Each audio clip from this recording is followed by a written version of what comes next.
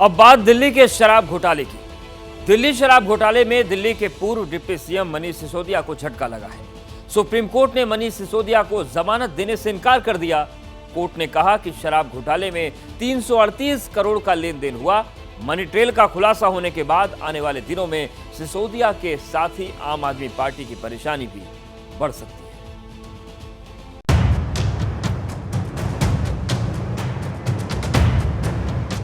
शराब घोटाला झूठ है, फर्जी है और गंदी राजनीति से प्रेरित है।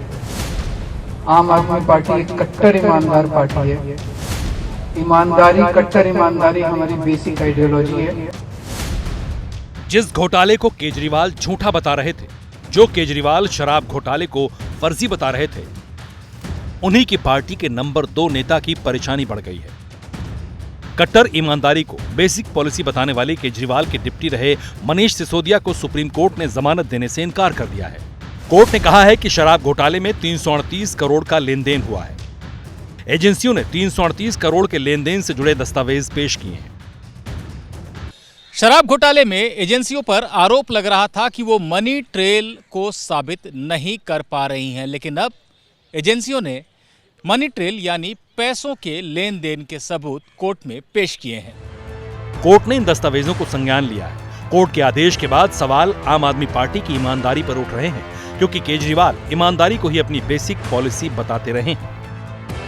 केजरीवाल जी पूरी नाटकीयता के साथ यह बात बार बार बोलते थे कि पैसा कहां है। 338 करोड़ रुपए प्रथम दृष्टया स्थापित होते हुए दिख रहे हैं। तो ये अब सिर्फ आरोप नहीं है, सिर्फ तथ्यात्मक आरोप नहीं है, इसमें संख्यात्मक स्थिति भी सामने आ गई है। अब मुझे लगता है केजरीवाल जी की सरकार को बताना पड़ेगा न्यायालय को कि पैसा कहां है। शराब घोटाले में सिसोदिया की मुश्किलें आने वाले दिनों में भी कम होने वाली नहीं। कोर्ट ने सुनवाई के दौरान कहा कि एजेंसियों ने भरोसा दिलाया है कि 6 से 8 महीने में मामले की सुनवाई खत्म हो जाएगी। अगर केस की सुनवाई की रफ्तार धीमी रही तो सिसोदिया 3 महीने में दोबारा जमानत के लिए कोर्ट आ सकते हैं। सुप्रीम कोर्ट के आदेश के बाद साफ है कि सिसोदिया को फिलहाल राहत नहीं मिलने वाली है और दिवाली ही नहीं, अगले लोकसभा चुनाव तक भी शायद उन्हें जेल में रहना पड़ सकता है। सिसोदिया के आबकारी मंत्री रहते ही दिल्ली में शराब घोटाले का आरोप लगा था। सिसोदिया पर बिजनेसमैन अमित अरोड़ा से रिश्वत लेने का भी आरोप लगा है।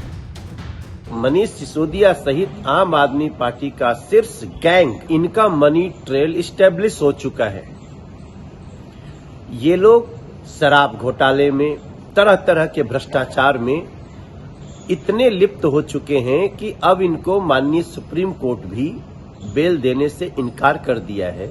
सुप्रीम कोर्ट मनीष सिसोदिया जी की जमानत की हियरिंग जब सुन रहा था तो सुप्रीम कोर्ट ने काफ़ी तीखी टिप्पणियां ईडी के केस के खिलाफ करी थी। उन्होंने बार बार ये पूछा कि पैसा कहाँ है, मनीष सिसोदिया जी के पास पैसा कहाँ से आया। सुप्रीम कोर्ट ने यहाँ तक पूछा कि एक अप्रूवर की स्टेटमेंट के अलावा कोई भी सबूत ईडी के पास नहीं है। लेकिन इतनी तीखी टिप्पणी करने के बावजूद भी आज सुप्रीम कोर्ट ने इसके विपरीत आदेश दिया है। हम सम्मानपूर्वक सुप्रीम कोर्ट के आदेश से सहमत नहीं हैं।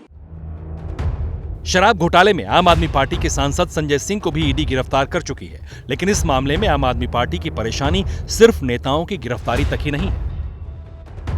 ईडी पहले सुप्रीम कोर्ट में कह चुकी है कि आम आदमी पार्टी को भी पीएमएलए की धारा 70 के तहत शराब घोटाला केस में आरोपी बनाने पर विचार चल रहा है। दरअसल आम आदमी पार्टी पर आरोप है कि शराब घोटाले से सीधे आम आदमी पार्टी को फायदा पहुंचा।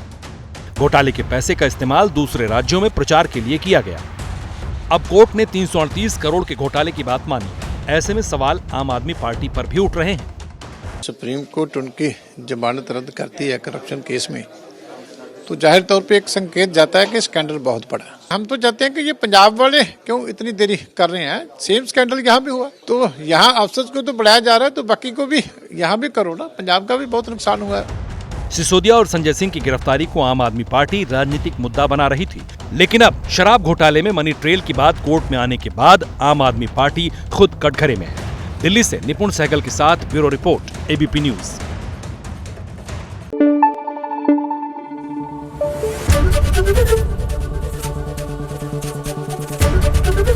एबीपी न्यूज आपको रखे आगे।